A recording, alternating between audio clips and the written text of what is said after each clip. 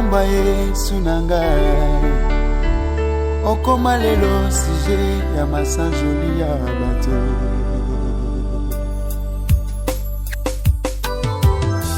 Origina Mostar euta epana yo Yesu na ngai tika na yemba yo nzembo okoma lelo ya fe na ngai ya motu ya na ngai yo Jésus la Mostar. Voilà, nous sommes encore très heureux de savoir que vous êtes tellement nombreux partout dans le monde entier en train de suivre votre émission que vous aimez, Best Gospel Music. Moi c'est votre humble serviteur Gianni Ngituka Nzita Nyanzaka, toujours un serment. Vous savez très bien que j'ai toujours la joie d'envoyer Bakiozaka tellement élevé. Vous nous écrivez de partout, Bandeko Bunia, Bandeko Yaïtouni, Bandeko Ya ici, vous, Bandeko Ya Ouele. Je vous bénis au nom de Jésus, que les bons dieux vous bénissent comme je vous avais promis que nous allons faire l'effort de recevoir pour vous un homme de Dieu puissant de notre pays. Je sais que vous les connaissez de partout parce que c'est un papa Oyowapi Azali Tamboli Makasi pour l'église contre Christ. Voilà. Nous aussi au Congo nous sommes bénis parce que nous avons des hommes de Dieu qui sont puissants. C'est pourquoi chaque fois que lorsque les diables s'élèvent pour faire des choses contre ces pays, Dieu se soulève toujours pour mettre un mot hors de l'ennemi parce que nous avons des hommes de Dieu qui servent Dieu d'une manière correcte dans ces pays. Et parmi eux, nous avons reçu pour vous un homme de Dieu qui s'appelle l'évangéliste Jamina Kibila. Avec lui aujourd'hui, on va essayer un peu de parler par rapport à l'église, surtout par rapport à une grande activité où les abonnés déjà qu'on s'annonçait bientôt là, CPC, chaque année, je crois l'année passée, ils allaient quitter, mais cette année ici, nous aurons CPC, Congo pour Christ. C'est une grande activité, ça va à RDC bien sûr. Même si vous nous suivez des Gabon, vous nous suivez en Afrique du Sud, vous nous suivez en Suisse, vous nous suivez partout dans le monde entier, croyez-moi qu'à travers l'activité au Congo Zaraka, béni, beaucoup des enfants de Dieu ici en RDC Zaraka, béni. C'est pourquoi déjà je lance un appel pour tous qui nous suivez, même en dehors, il y a RDC, vous pouvez prendre billet pour l'activité parce que l'Éternel Dieu peut vous visiter, pas seulement dans votre pays, mais en RDC, les dieux peuvent aussi vous visiter. Voilà. Avec papa aujourd'hui, on va vraiment parler en langage concernant cette activité. Pourquoi pas aussi parler de l'église et là où il dirige et pourquoi pas aussi faire aussi un tour par rapport à l'église corps du Christ en RDC bien sûr. Aussi, on aura des mots à placer par rapport à l'église corps du Christ. Alors avant de tout commencer, je salue d'abord mon caméraman qui est là, JC Mavouba, Mwana Mayele, celui qui est derrière les deux caméras, il me ça la Kebaïma Joana, ils ont très bien comme vous nous suivez de partout là où vous êtes. Je dis aussi merci comme ça à mon réalisateur, lui c'est mon chef motif, il s'appelle Énergie, le chef Kola Pambolo. Pourquoi pas aussi à mon boss, à mon DG, il s'appelle le monsieur Patrick Chiyoyo Onan, c'est mon papa. Mais comme je dis souvent que derrière tout un grand homme, il y a toujours une grande dame. Je vois aussi maman Nathalie qui est là, maman Kola Pambola. Merci pour la confiance qui est venue cesser et à quoi apporter à notre égard. Voilà, on va maintenant commencer à discuter ou à parler avec notre papa qui s'appelle bien sûr l'évangéliste Kijamina Kibila, à qui je dis bonjour. Bonjour. Ravi de vous recevoir, papa. Très ravi aussi qu'on se rencontre après un moment, laps de temps. On ne s'est pas vu et Dieu a permis qu'aujourd'hui qu'on se voit encore. Je suis très heureux que je sois invité sur votre plateau. Merci beaucoup papa. Je précise que vous étiez aussi en déplacement, vous étiez en voyage. Oui, j'étais en voyage, j'étais aux États-Unis, j'étais à Dallas, j'étais à Columbus, j'étais à Cincinnati, j'étais à New York, j'étais à Vermont. Et quand je suis venu en Europe, j'étais en Suisse, j'étais à Londres, j'étais en Belgique, j'étais en France. J'étais à Istanbul et puis je suis en Copie. Vous avez fait le tour d'Europe? Oui, pratiquement, j'avais un grand travail à faire là. C'était en cas de l'évangile, bien encore des affaires? Non, en cas de l'évangile, je fais toujours les affaires de mon père. L'évangélisation, prêcher l'évangile, parler de Jésus, prier pour les malades, de délivrance, de guérison, et tout ce que Dieu pouvait faire au milieu de nous. C'est tout ce que je suis allé faire pendant tout ce temps. Merci beaucoup, papa. Mais avec vous, papa, vous allez me permettre, parce qu'on va vraiment commencer là où vous avez commencé. Oui. Après, on va finir dans la CPC. Merci. Tu es papa Kizamina, il est qui aujourd'hui? Pasteur Kizamina, Azali évangéliste, Azokamba ministère la puissance du nom de Jésus-Christ. Nayambi Yesu na âge à 19 ans. Okay. Et moi, moi aussi, sœur Nabiso Cécile, Célestine, on a 12 ans. On a évangélisation de maison à maison, de la Rotambola, la Bible. C'était quelle année? C'est en 1986. Ok. Vous êtes botamité. En 1986, na Ateingaï, le 9 février, na Yambi Yesu, Kungo Sambela, et puis na Oumela Milité. Dans une année, la personne a comme au cellule de prière la venue qui quitte. Ok. Ces autres à côté des eaux, deuxième passé la droite. Une année seulement, il y a Royeba Yesu. Mais comment ça qu'il est rapide? Donc j'étais très amoureux de Dieu. Très assoiffé de Dieu. Nous avons prié à Tamo Kolomoto. Nous avons un programme église à Tamo. La deuxième année, nous avons un balabala qui quitte. Nous avons un balabala fèche. Là, c'était quelle église? Au fond audacieux de Papa Tamoko. Ah, ok. Mon père spirituel. Et troisième année, nous avons libéré le ministère de la puissance. Dans 3 ans, c'est là. 3 ans de la banane. Vous avez le baptême, vous avez la formation. Vous avez 3 ans. Vous avez déjà, dans 3 ans, on a commencé à faire la campagne à Dans 3 ans? Oui. On a fait la campagne en plein air, dans la Bumbu, Bangaba, partout. Est-ce que c'était pas très tôt? Mais non, Dieu m'a étudié très tôt. Dieu m'a étudié très tôt. Dans la Bumbu, on a 3 ans, on a fait la campagne, la veille de Bazomona, la Kakatanda, Tambola. Là, vous aviez encore 21 ans. 22 ans. 21 à 22 ans. Donc, la banane ministère pour 100 ans à 22 ans. À 22 ans, on est au banane la puissance. Alors, on a dit que ça l'église. On a dit que l'évangile est itinérant, on a fait la paix, on a passé par là. Mais, nous, on a fait l'église. On a fait un ensemble, on a travaillé comme évangéliste. Dimanche, moi, je vais payer. Dans la paix, dimanche, on a un tellement. On a peut-être ma onction terre. Côté à 4 3 puissance de Saint-Esprit, ma camongo peso salle m'a toujours compris. Je comprends pas moi. Je moi là normal. Moi là comme comme des amis. Bato ba kuya, bato ba sanza, ba mamu kolo muso misumbi na bilamba ba papa de vivant. Pour la temps on va devoir dans des églises. Parce qu'à ce temps-là, bato là qui dans la milité. Alors délivrance est tellement macassé. Après puis je suis tout pour la mercredi na réunion. Na mercredi na réunion, moi na je paye bien mais ça biso majeur. Oh. Ils ont pris quoi dans la magie? Oui, la magie est le mot, je ne comprends pas aussi magie en Wezani. Alors, le colobo est plus magie que la. Oh! À Benania, à Vandi, frère Moka Benanga, avec un groupe de prière dans le salon nord. Le groupe de prière, on est allé à pasteur de Sunyu Boula. On a un certain magicien. Comment livre moi va à Bethel. Après bon la mutema. Ah bon la mutema, ça groupe de prière, église seule. Mon église est comme église Mukengeli. Oui, il y a un pasteur dans quatre églises. C'est une grande communauté aussi. Oui, à fond là qui cellule de prière dans salon. Alors tant qu'il y a Bali, à qui on présente moi ce n'est pas parler mais qui s'en est. Donc cellule de Tigala qui demande, bandeko ba Tigala qui invite la qui la semaine. La coupe d'abord 40 personnes. Dans une semaine, on a commencé à assembler de plus de 300 personnes. Dans une semaine? Dans une semaine. Donc, bateau wuta des pailles, na zoteya, bateau quoi na parcelle voisine. Mutavo le na balabala zoteya. Alors, là, moi aussi pour vous bang. Parce que vous prêchez ici, oui. Mutavo les 100 mètres. On fait 6 000. La parcelle voisine, mutavo toka mai kuna kwe bateau l'octe ba ina na kete le.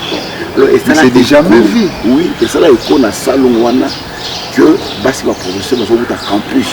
Bah il y a culte matinal. Bon marché partout. Alors, tant qu'il y a 3 mois, il y a eu 400 quelques membres. À comprendre des amis, tout ça. Mais il m'avait très bien reçu. Mais une semaine après, à Bénin,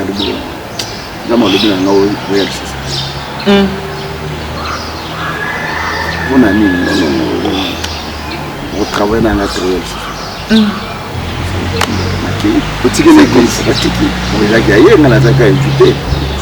Et vous avez fait quand même un peu au-delà de ce que vous faisiez. Alors, a orienté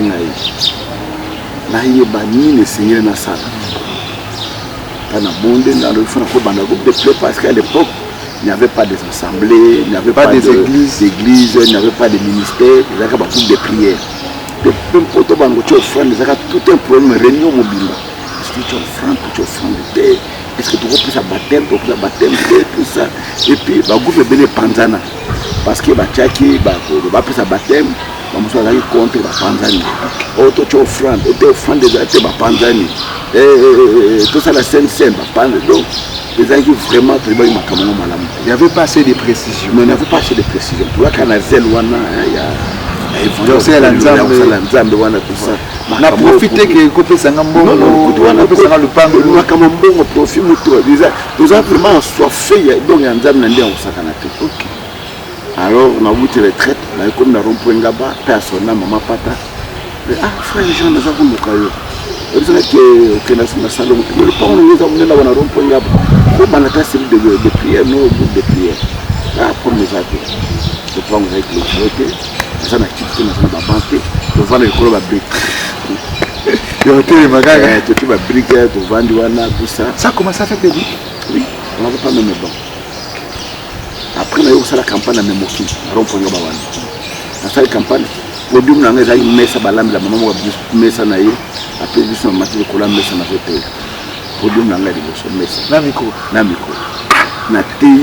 Est-ce que vous comprenez que Maman Zambe est en musique aujourd'hui? En fait, des fois, ça le parce que Moutalingui a bandit l'élo. Le document on a sommé. Le document maman ça dit campagne à Martin. Alors, papa, donc, il y a des gens qui vous envient.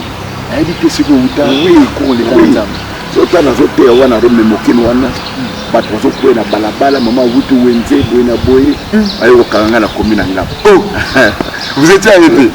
Bakainga ono magicien mo boye. Alors ça va spectacle en plein na rompo ngaba zo ko isa bato tout ça. Oh. Bakanga na kila komina na no na za magicien na za frère na zote ya. Et puis les derniers jours. Parce que ceux qui c'est eux on a des vidéos tellement na TikTok oui. Na WhatsApp. So ba ya na vu le vendredi campagne des actes. Bon, chaque jour, nous avons été. Nous sommes ici campagne vendredi, samedi, tu fournis celui de prière dans la place Boy. Nous avons vu le local dans Rome. Moi, je vais vous dire pour que vous voulez. Nous avons communiqué des mois. Premier jour, nous avons 150 personnes. Alors, c'est un mot qui m'a réclairé. C'est qui me dit ça. La famille m'appelle. Pour ça, je mousse. Les gens ont fait beaucoup, ils ont mis dans un rond-point, comme ça, la case, les différences, les camoufles, tout ça, il y a partout. C'est quoi, il y a des jours. Il y a plus de temps, on va aller à la paix. On va prendre pendant ça, on est l'église dans la paix. On va te tenir belé, puis on va te tenir. On va te tenir. Et puis, il y a des séries. On a bien fait, on a le nom qu'on a fait. Où est-ce qu'on peut?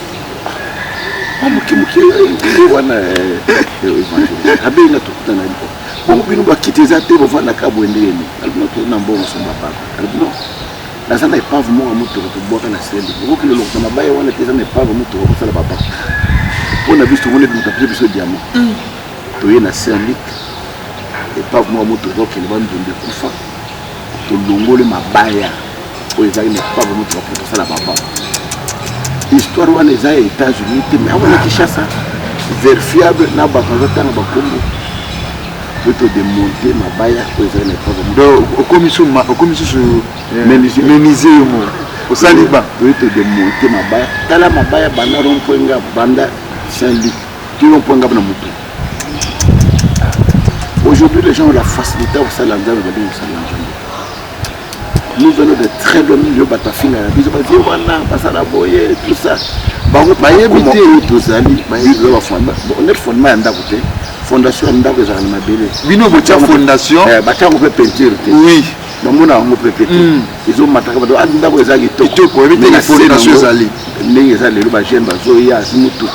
c'est parce qu'il n'y a pas qui s'amène à attaquer fondation parce que plutôt fondation mabanga tout ça la kawana était peut-être le de bazar autour. On a fait quand même un grand travail dans ce pays et on a évolué comme ça 4 ans après pour un groupe de prière la salle campagne de Bossona Stade. Après 4 ans, oui, j'avais 26 ans. La salle stade de 24 novembre. La salle campagne de 24 novembre. Dans la course 10 ans ministère. La salle stade de Raphaël. Dans la salle 12 ans, la salle stade de Marty. La salle stade de Marty, et la 12 ans, stade de Martyr, stade de Lubumbashi, stade de Chikapa. Je rappelle qu'ils ont plein au Saranati. Stade de Bango Benga, Bamboka, Noso, Bangola, Gabon, par-ci par-là. J'avais que 12 ans du ministère. Je n'avais pas. Même pas de l'autre, la vie, on a tout. Mais âge où il y a Bango Basla, tout ça, déjà, ma cambo de Bango Basla. Donc, il faut pas approcher par la biseau. Par conseil, à vie, au Sarandini, campagne au Ressandini, au Préparaga Mondini, les Akandini. Mais comme les lots, déjà trop, nous on s'approchait, on va sonner, on va tout ça. Parce que maintenant, ça me tambola parce que n'importe quand il n'y avait pas beaucoup de télé. Mais non, parce que ça me tambola ça bouche à l'oreille. Non, de bouche à l'oreille, ça me tambola parce que la terre va groupe de pieds de la hausse là. Au moins la biseau groupe de Ngaba, et au tal va faire la groupe de la bombe. Au vanda, mais surtout il toquait à la bango. À côté de la bango, on a l'ambé le biseau, on se va secret, tu vandi, tu partir du loba, tout ça l'intercession, tu l'es. C'est même on a pu royal, puis on peut inviter Bango.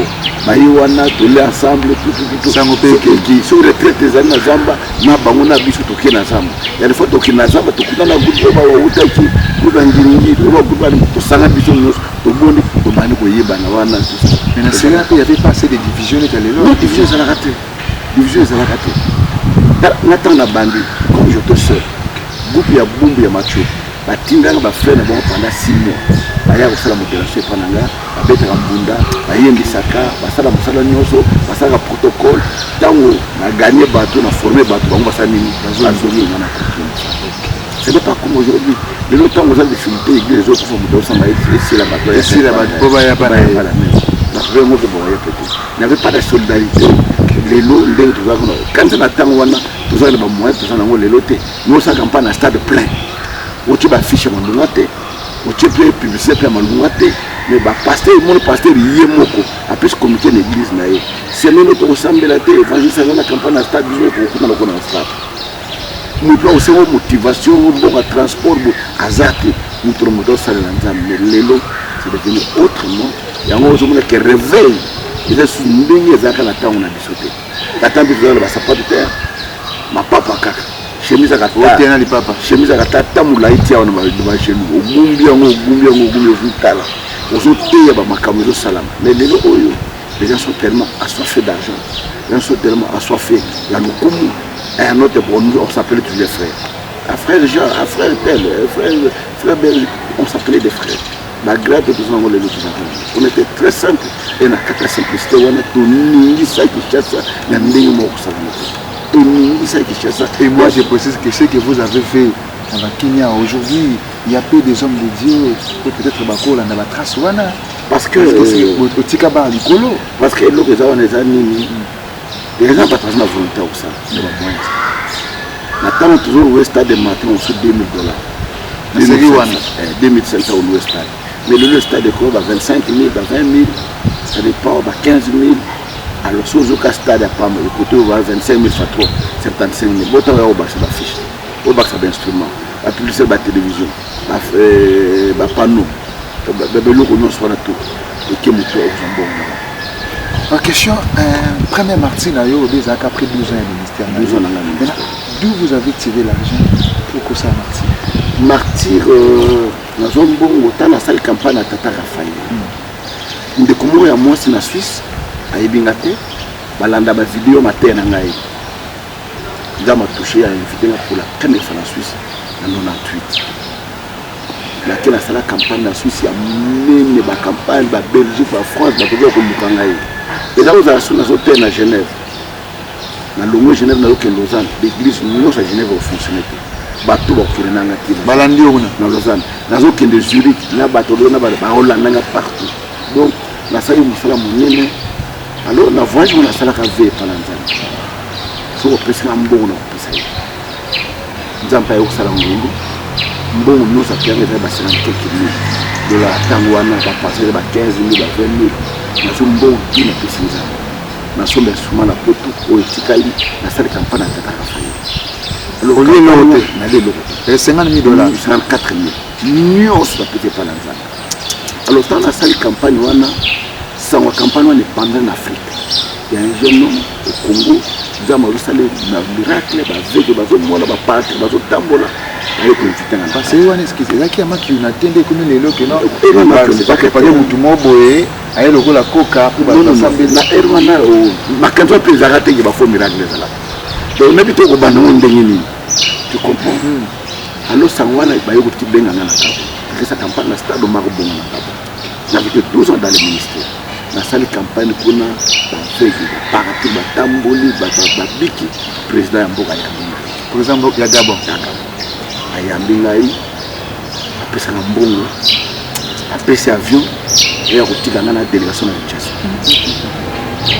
mbongo bapesaki biso wana yango epermetaki ngai nasima chaîne ya télévision na chaîne ya radio na lopango ya mbinza ya pigeon place atenezanga mbongo mosu etikalaki nasala makambo sunazaki alors baye koinvite nga na Angola asali campagne na stade na Angola donc sango epanda ezokende bilinga moko boye alors moi bambongo nazokende wana nzambe azopambolanga apparemment forcément emboutique ezokende sur la roulette alors campagne ya martyr nazoteya na LC na Paris nazoteya mama moko atema alobi évangéliste nzambe alobi nanga napambola yo mpona ministère asalinga chèque à $100 000 mon dieu mbongo wana epermetaki nasa campagne ya martyr kende nyonso na bacampagne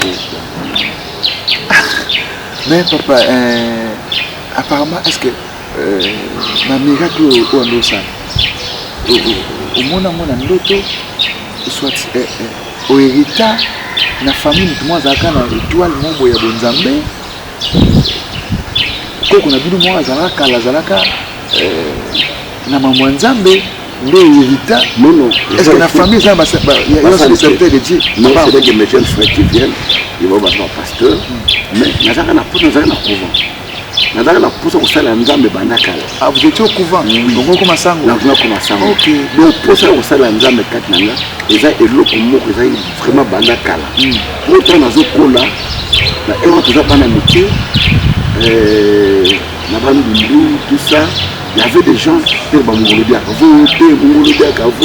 Matanda, voter. Alors, tant que je vois ma camona, tout ça dans les agents, dans un homme politique.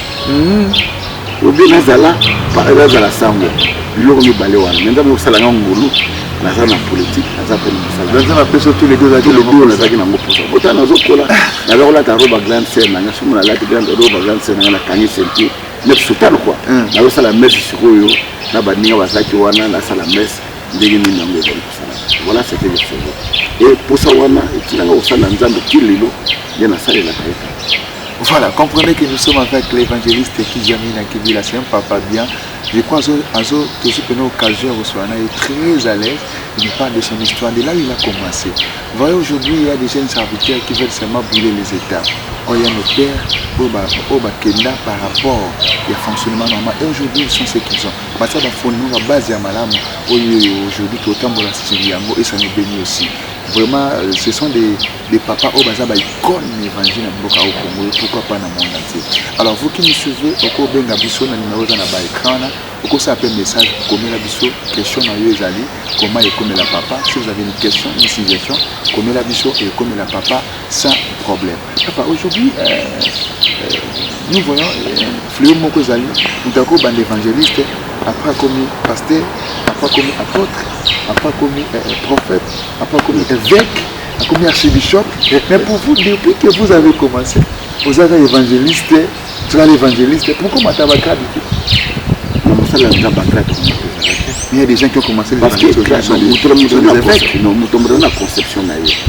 Nous avons un appel, nous avons ce que les Nordiques qui n'ont comme archevêque. Nous avons changé de notre nationalité. Nous avons condamné les gens qui ont ambition, et puis, évêque est un académie, donc on va bien bishop en anglais. C'est dit évêque. Alors, moi je pense que nous avons bien évangéliste. Et ça, on a bien mis. Différence entre pasteur, évangéliste, apôtre, prophète. Un apôtre, c'est celui qui établit les églises, qui amène l'église, la parole là où la parole n'est pas arrivée. Comme nous avons bâti à comme on a été, et bateau, à bon le thème, à bâtir bango, à bâtir l'église, à former, à te battre présenté. On a béni apôtre. Un pasteur, à un moto, avant de battre dans 4 églises, à faire la bango, à former la bango, dans 4 églises. un évangéliste où na libanda azogane ba âme na libanda un docteur celui qui enseigne la doctrine pour vendre ça moboko makamotali ya Nzambe. Un prophète n'est pas celui qui prophétise. Un prophète c'est celui qui a un message prophétique par rapport aux écritures. Azo l'accepter na l'époque ni tozali l'époque bo makamone lekaki o tozo vivre les années nini et l'eau nous allons kusalama. Le prophétie c'est un don. Vous devez avoir la prophétie. Ndama lobi nanga ke babo non. Et lui, on va te choisir un don de penser que ça prophète. Et puis, il y a des prophètes, les gens qui sont là, on va dire, non, non, non. Un prophète, c'est celui qui a la révélation de la part de Dieu qui a un message prophétique. Il y a quelqu'un qui a un message lorsque j'avais posté et dans le maillot. On a dit qu'il a été consacré à quel année? Consacré à quel évangéliste? Oui, dès que ma bonne pour la libérer, on m'a consacré. À 22 ans, j'ai été consacré pour le ministère. Merci papa. Maintenant on va parler de CPC. Oui. CPC d'abord fait dire quoi? CPC est l'Ingoloba Congo pour Christ. La vision d'Angaï n'a pas ça que Congolais nous saïba Yesu.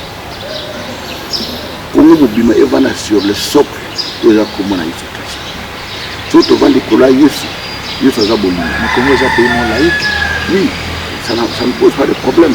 Il faut que na base parce que nous avons lâché le Congo. Pour dire que le Congo c'est un état chrétien, nous avons souligné. Mais tout ça c'est un état islamique. Au moins l'état islamique, Iran état islamique, Bambouk est déjà islamique. Nous pour dire qu'un état chrétien, nous pas trop la majorité de Bambouk banane. C'est l'église des réveils qui prime. Voilà. Même catholique, ça fait partie des églises des réveils. Toutes ces églises ont confessé Jésus-Christ comme Seigneur, même l'église qui banise. Comme l'église de Jésus-Christ sur la terre par son envoyé spécial. Voilà. Donc c'était la place où nous sommes à Yesu. Ça y a biso. Malgré la doctrine qu'on se différencie, mais ce qui est Yesu, c'est le dénominateur commun à biso. Je ne trouve pas le premier qui peut être. Les restes nous avons nos femmes sont notre moto. Sur la base c'est l'eau soit l'homme. Mais du fait que tu votes à Yesu, c'est un état qui doit être chrétien. Mais on a un théâtre. Tu es dans le Congo pour Christ, pour Christ au mieux. Ouais, il y a des protestants, aux à la, je ne sais pas qui, aux à l'Assemblée de Dieu, autant que nous chrétiens, on va manifester tout ça dans le Congo pour Christ. Puis nous faisons ensemble. Et la vision, il y a alors, on réfléchit dans la salle de campagne à Tata Raphaël, la vision est venue de faire la campagne au stade de Martyr. Stade. 90 places. Et à l'époque, j'avais 36 ans, je pense. J'avais une trentaine d'années. Alors, il faut essayer dans la vie. Dans cela, 3 jours, la conférence n'a parlé du peuple. 3 jours, campagne à stade. Alors, tout banane au TTC. Grande campagne d'évangélisation dénommée au TTC. Opération tremblement de terre au Congo. Tellement mon peuple a été ma casse, non. Au TTC, qui est le mouvement Morobo Malamoto. Et le mouvement politique. Et puis, na Tangwana, guerre, ça va dans Mboka. Jean-Pierre Mbema, ça côté Équateur, RCD, ça a Mboka, ça a divisé. Alors, il y a mon peuple, mon tremblement de terre, tout ça. En tout cas, on a changé comme nous. On va continuer à faire des moyens. Oui, chargé comme on peut poser un moyen. Non. Alors, ton côté m'a bonne ligne, je me référer à Congo pour Christ. Alors, non, mettez CPC Congo pour Christ. Dès que vous préparez le mouvement, et là, il est beau. Quand on prend action, qui est une plateforme, qui est un candidat, qui est un pasteur, qui est un ensemble, voilà, on a une campagne, CPC, stade plein, miracle, tout ça. Et puis Dieu lui-même avait pourvu à Mbongo et c'est la campagne. C'est-à-dire que première activité à CPC Bandara après 2 ans de ministère après 2 stade de Martyr. On a depuis là, il s'en est combien d'éditions? Pour ça, le stade de Martyr, pour ça, le Tata Raphaël, pour bien c'est Bachimolo. Ma marque Murdoch, le Tata Raphaël. Pour ça, là, on a stade triomphal en 2009. Pour ça, on a triomphal en 2015. Mais sur le changement de combo, na Brazzaville. Pourquoi tant que na Brazzaville, le truc Congo pour Christ, comme Congo pour Christ, quand tu as Jacob. Jésus en action au Congo Brazzaville. Jacob. Dans le stade, je suis devant la Brazzaville. Dans le stade, na Pointe-Noire. Donc c'est comme ça que CPC évolue. Mais ils n'ont jamais pensé à un domaine politique. Non. Je ne peux jamais associer la commandant de la politique. Si on a porté en tant qu'individu, dans salle politique, l'église n'a pas porté la politique. Alors, c'est une grande vision pour Olivaka et ça ne savait pas si nous sommes au Congo. Olivaka est pour l'activité non, pour la plateforme, l'église est belle. Il y a beaucoup de pasteurs. Beaucoup de pasteurs dans Kati. Nous avons un secrétaire général, nous avons un chef de secteur, un chef de commune, l'église est dans Kati. Nous avons un problème, nous avons ça là, ils ont la justice. Nous avons un mécanisme, nous avons un mécanisme CPC, nous avons couvert l'autorité CPC pour la déjà communauté, la plateforme. Nous avons un mécanisme reconnu par l'État. Pourquoi Papa Kizami Natilelo là nous arrivons à chapeauter à la biosphère comme RCC. Pourquoi vous n'avez pas ça? Non, ça n'est secret pour personne. On a RSC Lelo. C'est vous qui avez commencé à RSC? Non, on a salé RSC. On a sa statut. On a l'outil avocat, ça débute ce statut. Ça débute ce règlement. On a continué le ministère de la Justice. On a pu subir son mécanda. On a fait fonctionner RSC. Et j'étais le vice-président. Albert Azak, président, moi j'étais le vice-président pendant 10 ans. Et après, on a l'Ongwaki, on a sali CPC pour des problèmes internes. Mais je n'ai jamais dit aux gens qu'il y a une bande CPC et tout ça, ou bien on a mon boulot, ou bien on a moi on a beau continuer. Et puis je suis fier aujourd'hui, on a 4 CPC, on a RSC, et ça les autres tambours. Aujourd'hui, sommet les autres, et tu as mis sur ma casse. Et vous prenez les actes, moi je suis moi je suis papa. On vous reconnaît quand même que c'est vous qui êtes le fondateur. Non, tant que on a coopté, on était 14 pour avoir des cofondateurs. Le fondateur il y a RSC. Sur 14, je pense que 8 ont fait de la 6. Et la 6 pour tirer là, on a 4 RSC je pense à ta mort à tirer la fondateur. Moi bien me balai au bâtiment. Une autre se retirer dans la se retirer parce que fonctionnement est mal. Maintenant, nous sommes en CPC. Pourquoi n'est pas CPC à la quitté? Oui, on est passé dans la Covid. Et puis, il y a des moyens. Je fais toujours avec les moyens de bord personnel. Je suis en Namoko, je suis passé par l'année, je voyage à Kanda, je suis en c'est difficile. Les Congolais nous parlons beaucoup, mais nous ne soutenons pas. On lancé d'appel de Bénin à Bananzambe, bon, chrétien, homme d'affaires, parce que nous disons même, moi, je prends le stade, je prends l'instrument, on a vu aucun répondre. Alors, pourquoi ça l'a régulièrement fait? Il y a un projet de souffle. Il y a un projet aussi dans le plan, il faut un projet au Tongapé, tout ça, ça nous demande beaucoup de moyens.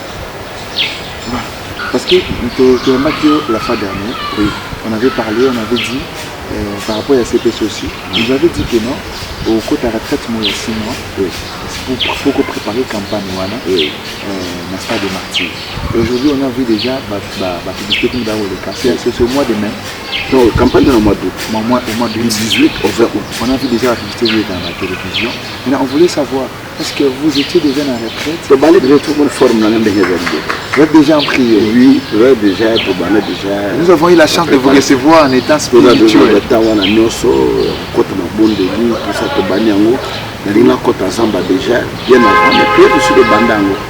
Mais Zamba te recompte incessamment parce qu'il y a 4000 intercesseurs.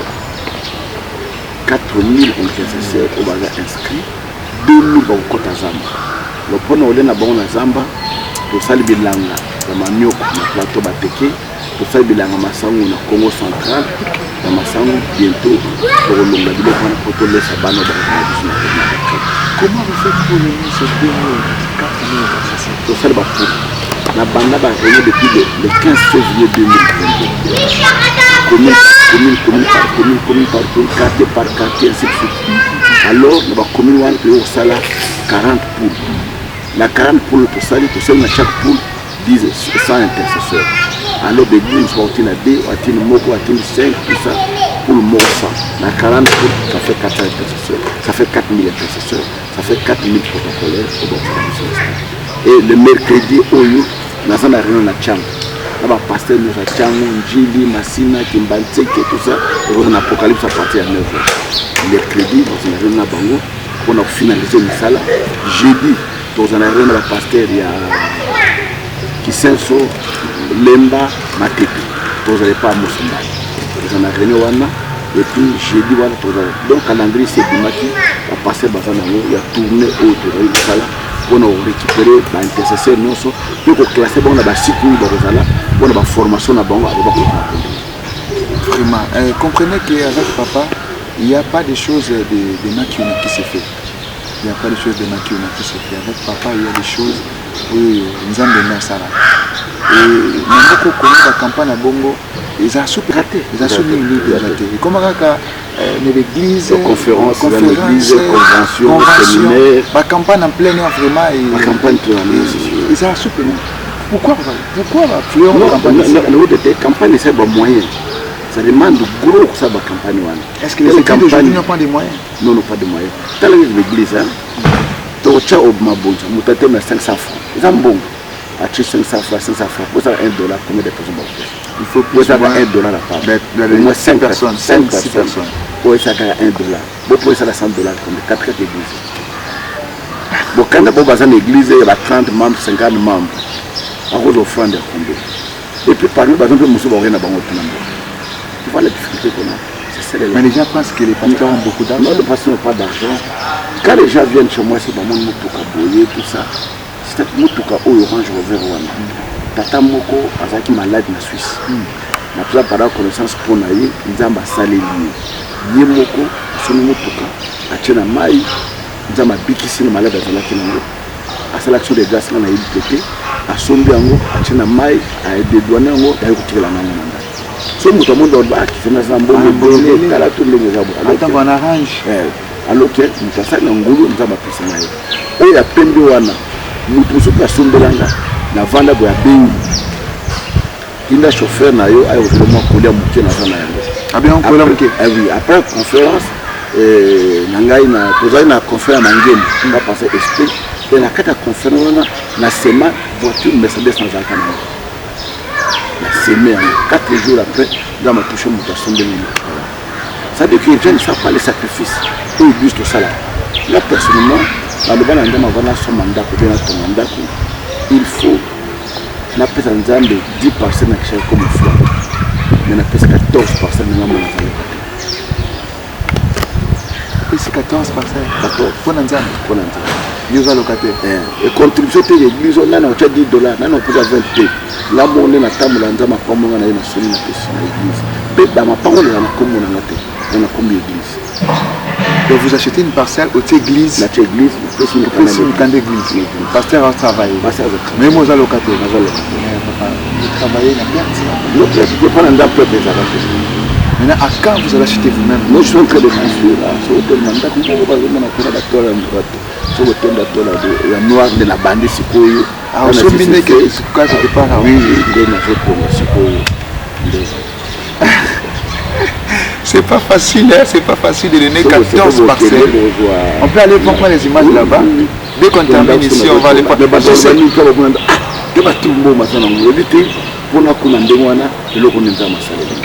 Et c'est un miracle. Na banda on a $20 bategelanga tena. Chama tegana $20. Oui, tu bani $20 bategelanga 5 ans, na fota ndam tele aussi. Parce que Dieu a vu le sacrifice que tu fais. Et bana nzambe belé, donc on sala ngote. Les bateaux nzambe na pambola bango, ne ba sala pas nzambe belé. Moi je fais beaucoup de sacrifices. Quand on a été député dans le parlement, moi tout va prédire na pambola. On a fait mon église. Et nous ça n'église. Et ça n'église. Baté quand on bon match na caisse pour tout le temps on est tout en église. Maintenant les autres temps là mutu comme ils ont climatiseur. On a kabeli ça. Voilà le plus concept. Papa s'est donné à Dieu. Si l'esprit de Dieu lui touche, il fait l'action pour Dieu. Je dis ce que début ce même aux ulabiso mutu kao papa oh bah c'est pas le rôle là, le offrande. bah, tu vas montrer un peu ce que Dieu peut faire. Vous savez, aujourd'hui, il y a certains Dieu qui viennent seulement dans le sens de prendre un bon mbalamako. Ils viennent à penser na bomba. Or, si vous servez Dieu, Dieu peut vous venir après d'une manière ou d'une autre. Plus que ce que vous pensez. D'une manière ou d'une autre. Il y a des gens qui viennent seulement les là, les bombi, les là, les là, les là. Or, et pas ensemble des fois, c'est aussi question à temps. Il faut se regarder, est-ce que moi, il faut avoir la patience. Il faut servir Dieu d'abord avec ton cœur. Et Dieu sait le reste. Papa. Maintenant, ce que vous avez déjà fait avec Dieu, est-ce que vous regrettez que votre ministère en Zambie, le monde en Péra, et dans la lame pour nous en Zambie? Si vous bandez, on bandez comme ça l'entend. Même ça, bandez le mokilo. Quand on va bandé mon kilo, comme ça l'entend. Dans mon kilo, j'étais député, je cause à la députée, je cause à la ministre, je cause à la DG, je cause à l'élève Moroboye. Mais l'élève est le président de mon salon. Voilà, monsieur, secondaire. Secondaire. Mais primaire d'abord, où il y a Zinanga.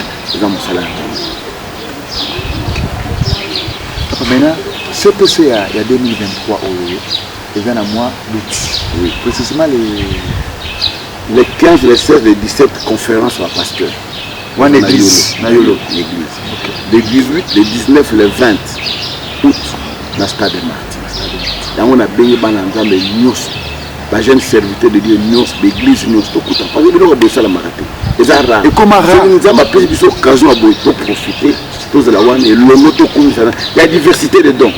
Tant que nous ensemble, nous avons don à guérison, nous avons don à prophétie, nous avons don à miracle, nous avons don à parole de connaissance. Tant que nous avons don à bisous, nous avons don à bisous. Nous avons don à bisous. La miracle est salama na campagne de la passer à côté. Parce que nous sommes là pour la babeli, nous avons don à guérison. Tant que nous sommes là. Voilà pourquoi nous voulons la combinaison de la Kabouana, de la grâce pour Tchango en exil, pour que nous a remonté, réveil. Parce que moi, la campagne des années, Bisso et Boustak Bisso. Tant que nous avons la campagne, nous avons savent de Bazoya. Nous avons Baserulo, Baosborne, Babonke. Azoteya akoka monel kamona mo atete fumo mutasali ngape funa sala kana vinanga e booster biso ko mukanzambe to ko place parce que ce communauté ça passe au concevoir le logo mona kitu yango ba jeune tamba ko mona campagne wana ndenge likima kamunza masali e ko pe ba lembaki ko tele malisolo non ça me laisse mouton pour n'anga parce que ça pour n'anga na salade yo conviction le bon il y a ça na stade de matin quand on s'en a Sainte-Thérèse on s'en a terrain GD quand on tient la balabala na biso réveil ça nous c'est une communication. Aujourd'hui nous voyons aussi l'église de Dieu est polluée na ba manger aujourd'hui il est pollué na ba Saint-Étienne aujourd'hui. Il y a des saletés de Dieu qui ne cherchent pas Dieu, mais qui cherchent d'autres choses. Mais ça existe. Babar Jésus va aller attendre Jésus. Attends apôtre, babar Jésus va zalaka. La magie va zalaka. Batazo bongo la mettre bazo boter dans livre na bango. La magie. Ça dit que ma cambo est pas des serviteurs de Dieu aujourd'hui, il y a des serviteurs de Dieu. Mais bar Jésus wana za tête. Ata tête na marque na yi. Donc aujourd'hui, il y a des gens aussi qui ne sont pas serviteurs mais qui sont clipsés. Oui, Satan a coûté dans les langues encore. On se met confusion. On dit parabole, balobateur, mouton, l'on a eu bleu, la mouille, la bouteille, l'on a eu frais. On a eu ma petite amabé. Baliba, nous avons côté en école en Angola. Même les lots, faut un bazali, to couper que ça va monter. Donc les bisous nous ensemble, coller la tango hier, à Wacham, à gauche, à droite. Donc, tout est là-bas. Et vous en avez. Et vous allez la carte. Maintenant, on avait une question pour vous. Pas un pasteur. Au hasard, on a la science occulte, on a la formation, on a un serviteur, on a un bon de la peau. Maintenant, quelle sera la conséquence de la serviteur de la conséquence, c'est néfaste. Et belé, donc il y a un bon recours. Donc, si on a un bon recours, vous allez tout faire, mais l'épanouissement du ministère n'a pas. Ce qui fait qu'aujourd'hui, si l'épanouissement est à ma casse, il y a un millier de serviteurs parce que les bébés vont étouffer. Il y a un millier de serviteurs parce que les bébés vont étouffer. L'homme ne peut donner que ce qu'il a. Nous sommes en train de faire un bon pour nous. Voilà. Maintenant, pour la CPC, est-ce qu'on peut toujours s'attendre à la Cambo et Salamara à Néwana? Pour les Kamakamé, il y a un multisystème. alanga wa monotonité na kenele ba mboka mususu kamba zo kwa annoncer le Kata Raphaël na zo ba na chasse to ba chasse wa OK hein donc na chiba to ko contredire to na chasse OK to comme na stade parce que Roger me prête un micro personnel il me réveille à la campagne alors to ko telema to ko yamba évangéliste à son côté ba to tel na côté na stade bo na ko ba bande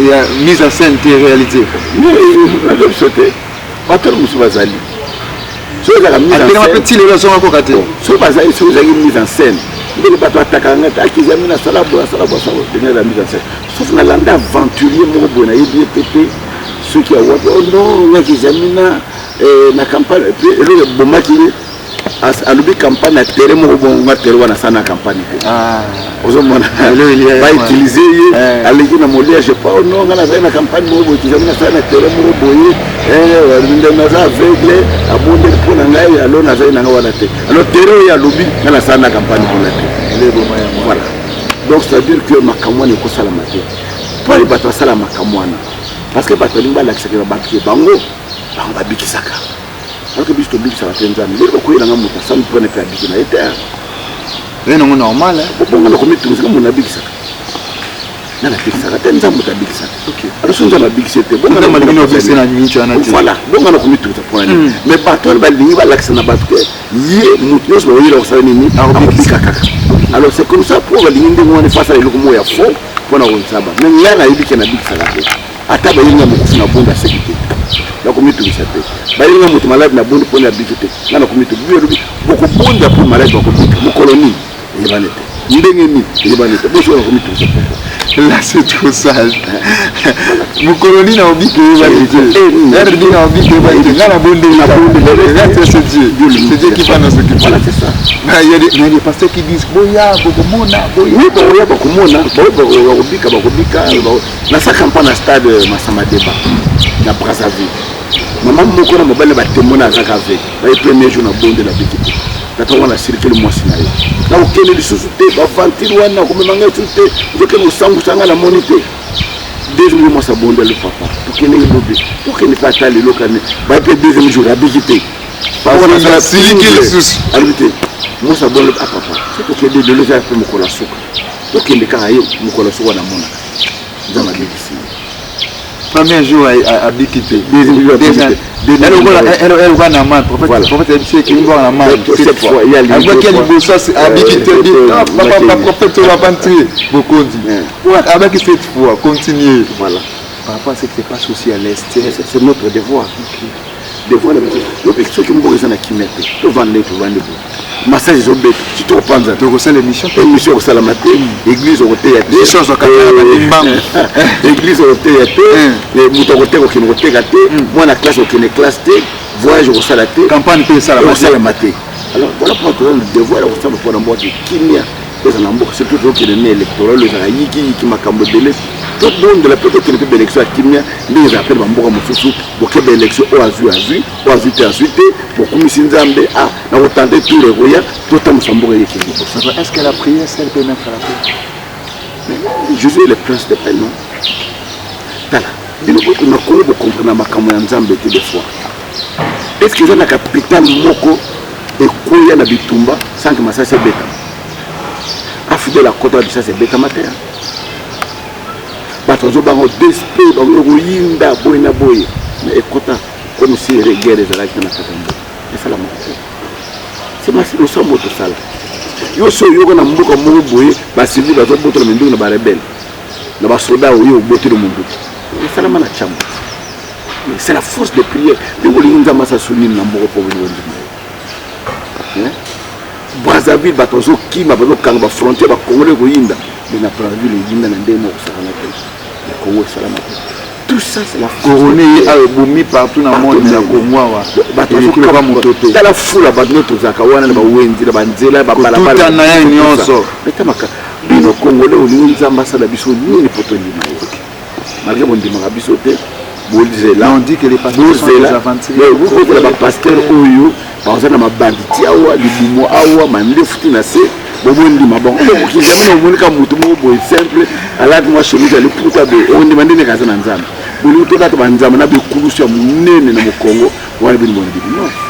est dans la simplicité. Nous avons très simple, l'évangile est très simple. C'est pas la faute aussi à vous. La faute aussi revient à l'évangile, la faute aussi est pas bien, mais est-ce que les autres aussi sont bien? Les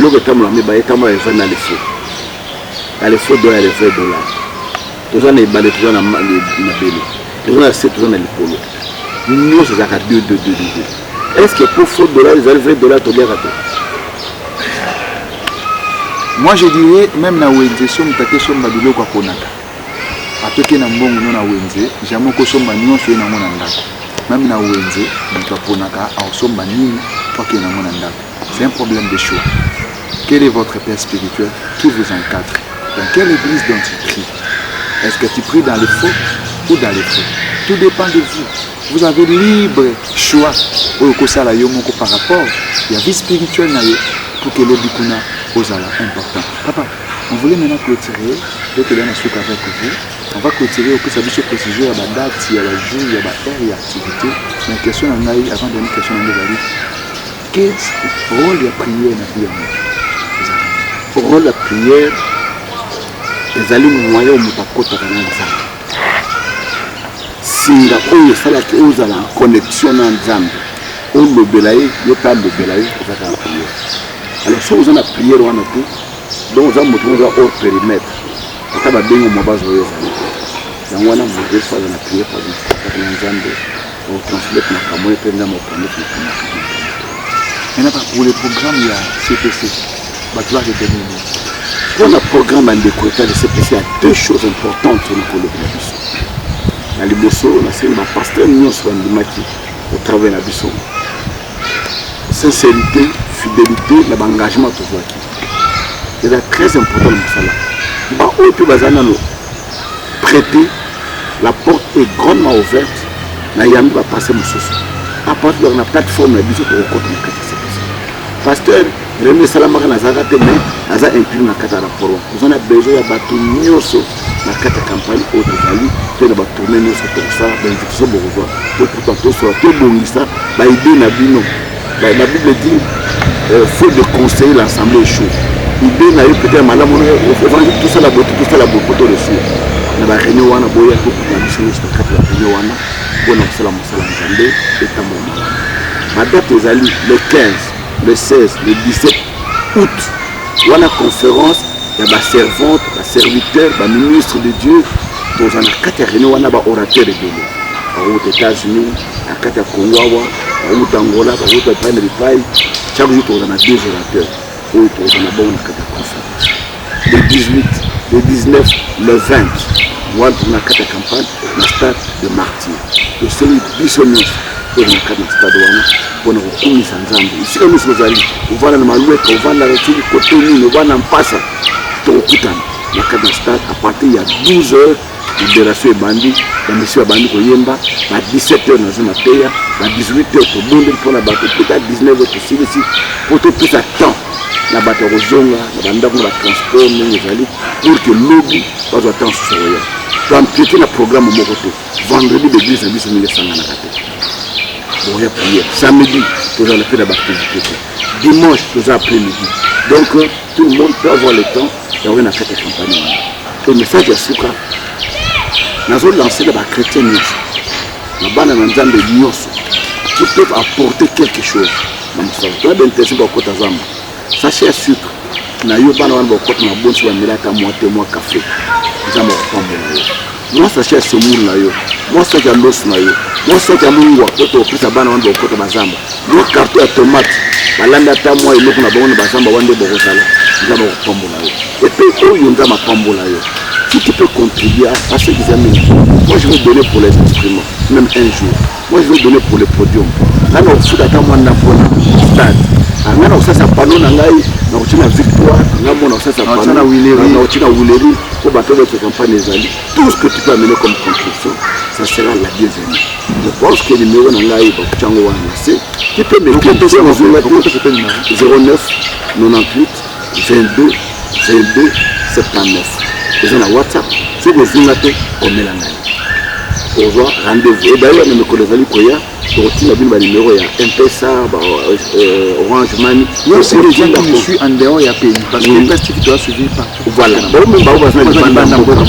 Dieu ne manquera pas à te bénir. Vous qui êtes bénis, aux États-Unis, aux France, aux Belgique, aux Suisse, envoyez-nous votre contribution pour nos messages. Et d'ailleurs, j'aurai une journée à laquelle je vais faire appel à la télévision, 3-4 chaînes, vous en direct, et vous avez la connexion, pour ça l'appel là-bas dans Zambie, nous sommes partout.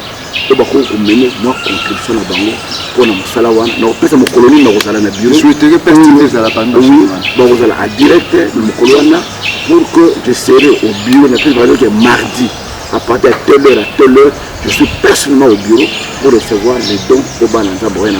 Parce que ça nous demande beaucoup d'argent pour nous salawan. Nzambe au Nasalaka, à gens en tête.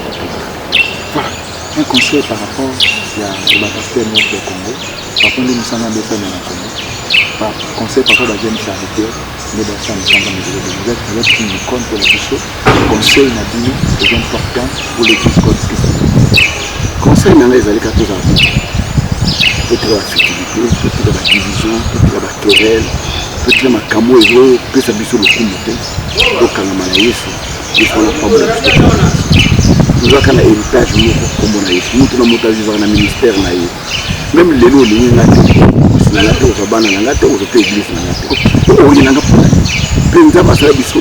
différentes. Dans le sens que, à ta gêner, nous 100 jours. Nous avons des églises à mener des Morocco. Nous avons comme le bison de Morocco. Nous avons et il y a vu,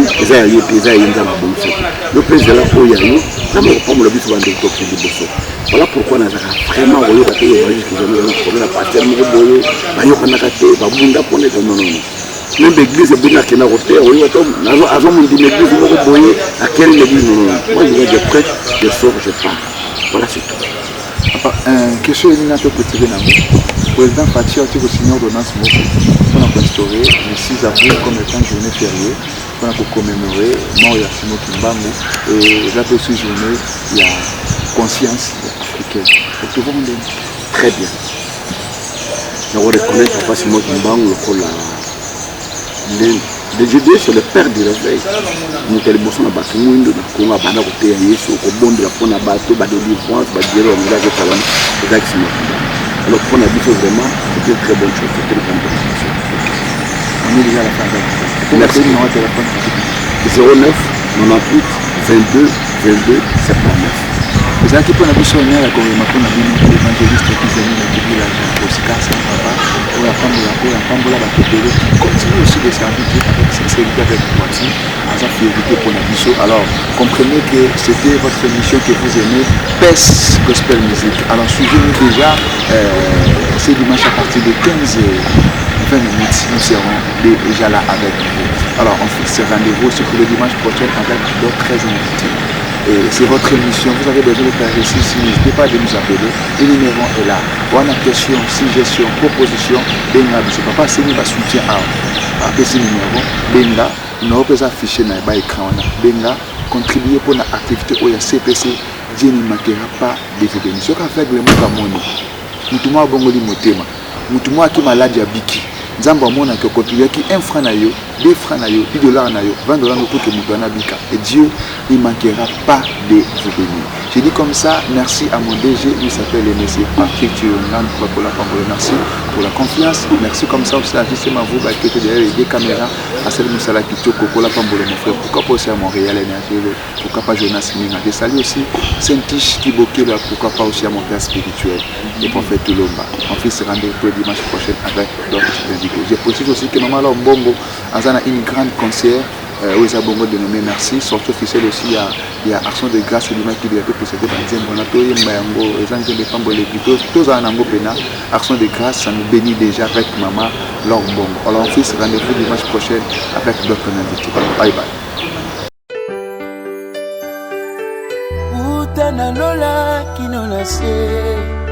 Kombo mosusu te tangama pona lobiko ya bato bobele komba Yesu na ngai okoma lelo sujet ya masanjoli ya bato.